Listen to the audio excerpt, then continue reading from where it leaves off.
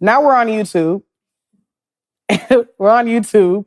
And being on YouTube is funny to me because I don't think, I remember being in college and after I graduated from college.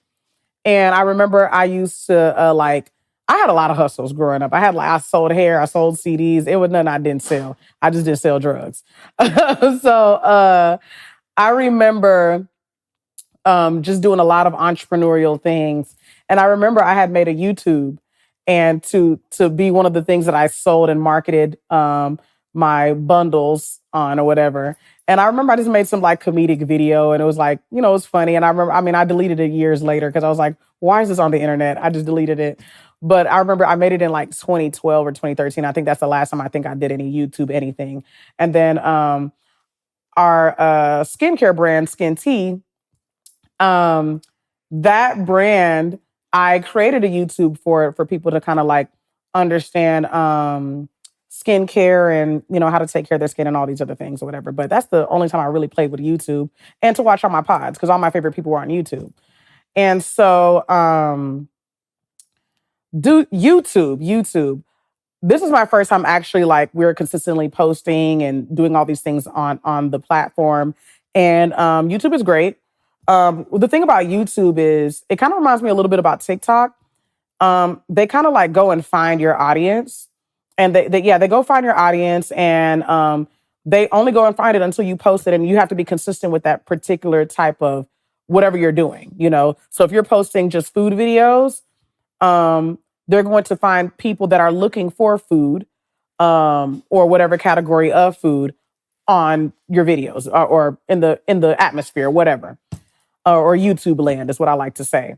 But for those of you that are coming on YouTube, I want to let you know this. Do not give YouTube more power than your content because YouTube is just a place to house the content. Just post. Just post your content. YouTube will not tell you the content to post. Only you know what to post. Because I think that we treat social media like social media is supposed to be doing the thing for us. When if we really understood what our gifts was and what we carry, God gave it to us. He's already done it. He's already done it. There's a girl, I think her name is like Buku Billions that I recently just started watching. I'm sorry. I love you. I love you too. There's a girl that his name is Buku Billions, and her platform is called God is My Creative Director. And I was like, absolutely. Like when you let him just direct everything, you don't have to worry about, oh my gosh, they didn't hit the numbers. This didn't hit this. You do not know who is watching your stuff. You don't know who is watching your stuff. You have no idea. You have no idea who's watching your stuff. And that's the more reason why you should just post. We've had a couple of viral videos on YouTube. I want to say on accident, but Tiara's just posting and she's just creating the clips and we just go forth and conquer. And then of course there's going to be more topics that we're posting that are probably going to be more controversial, that are probably trending more, that are probably going to hit different for some people. And if it's like I said, if it's a trending topic right now, that might get more hits. Or the thing that you think that is not really trendy, that actually may hit before anything else. YouTube creates the data based on what you post. That's just what it is. The ball is in your court. And so if you don't post your content, YouTube is not concerned. So I'm gonna need you to post your content. One thing I've learned with YouTube is that, entertainment is greater than education. But however, it doesn't mean you should go outside of your scope. So for fellowship, you can argue it's both educational and both entertainment. When I think of entertainment, I'm thinking of things that are more than likely to go viral. Whether it be like the blogs, gossip blogs, uh, pop culture, anything that's surrounded around those kind of things. Those are entertaining. Those are actually what's going to get a boost or a lift first before anything. And why I say that is because when it was Super Bowl day, we posted a video of Nana removing her wig, and we kind of like fixated it to where it was like a point of view how I feel when Usher performs at the Super Bowl, and that went viral. That it went viral on YouTube. And so, like I said, if something is trending, most likely it might just get hit really more than we think, but we like to also not only post, serious fellowship stuff. We also like to have fun, because fellowship is all about laughing, eating, and having fun and talking and all these things. It's about people just being people. And so we just did it. We honestly did it. We didn't know what it was going to do. We was like, it's the Super Bowl. Let's post something about, like, it didn't have Usher nowhere in that video, but we had Usher's song playing in the background. So, like I said, you need to just create content that best fits your scope. Don't go outside of your scope just because you don't feel like it's entertaining enough. No, because now you're not being authentic. Some of you are creating content solely based on trend and forgetting your why. I think that's very, very important that you understand, not just the niche, but the scope. Like what was your why behind why you started this? If you are trying to help people, I would assume that you want to have helpful resources within those videos, your long form videos, your short form videos, whatever. But I mean, if you're only talking about things that are circled around something that's outside of your scope, what's the purpose? I don't know what you do, and now you're confusing your audience. But most importantly, you are confusing yourself.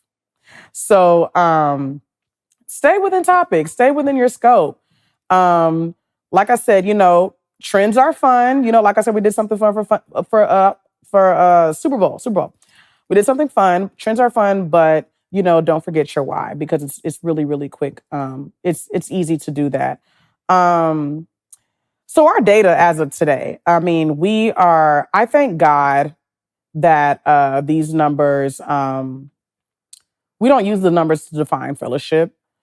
Even if we hit the big numbers one day, even if it monetizes, does what it needs to do, we know that before that, we did the work. That's what we do know. And we're proud of the work that we've done now. And we're very grateful for the work that was created. So that's what I'm grateful for, because, we haven't reached our peak yet. We have not. And even when it looks like we got monetized and we hit those numbers, I still don't think we've reached our peak yet. So we're kind of like, I would say season 1 was kind of the beta phase for us. It was a beta.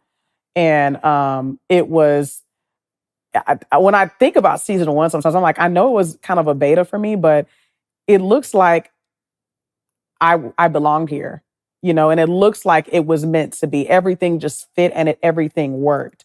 And I was really grateful for that. I thank God for also the episodes that didn't happen.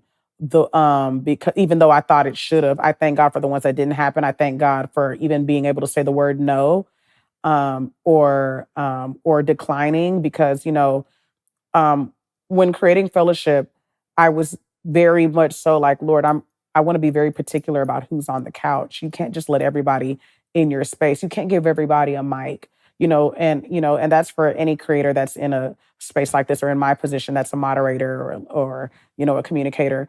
You can't give everybody a mic. And if that person is given a mic, it's because, they were meant to be there. That's just me. Or sometimes, I think a lot of times we're giving people mics because we think that they're going to do they're going to do something to the numbers. They're going to increase and enhance the data. But, all virality isn't good virality. You know what I'm saying? And it's cool to be viral, but what did you leave people with?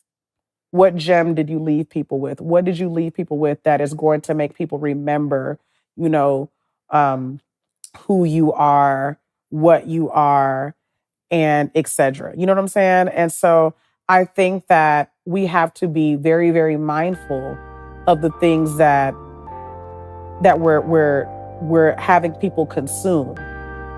So if we're on in a space like this and we're sharing and we're bringing other people to also come and share the space, we also have to understand as moderators and as leaders of these kind of things, there has to be some type of order. There has to be order, there has to be organization, and there has to be respect.